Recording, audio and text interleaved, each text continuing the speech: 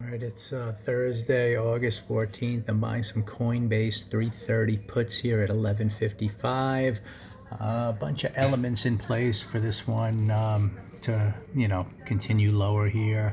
Some high probability targets below and some high probability kind of setups unfolding. So first, if we look at the daily chart, we had the shooter bar from yesterday. We moved up a little bit on this stock into this gap. That's an area we want to see what happens. Do we just pause there and head higher, or is it a reversal area?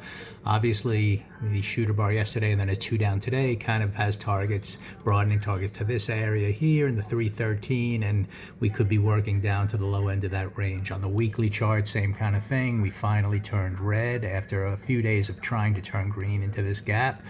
And even the monthly chart at the moment is 2 down month, mid-month here, and we still have room to run kind of below 300 to fill in its gap. So there's still a bias to the downside overall. And then you look at price action today, that gap down a little bit, moved up, pause, you way below the midpoint of the prior day, and then you try a secondary push up, and then you have the red failure heading down. So I'm buying puts here, kind of expecting it to hit the lows of the day. You got some pre-market lows down here. So those are the initial targets.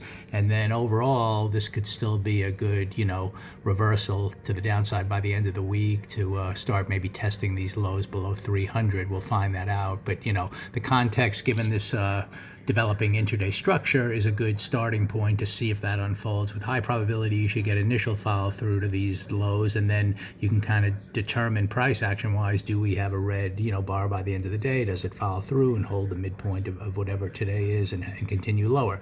So that's what you would expect, and you'd kind of watch for that. But for now, this is kind of the starting point to buy some puts up here on this red move down, on the 2 push up failure, and then to see how much lower it goes for the rest of the day.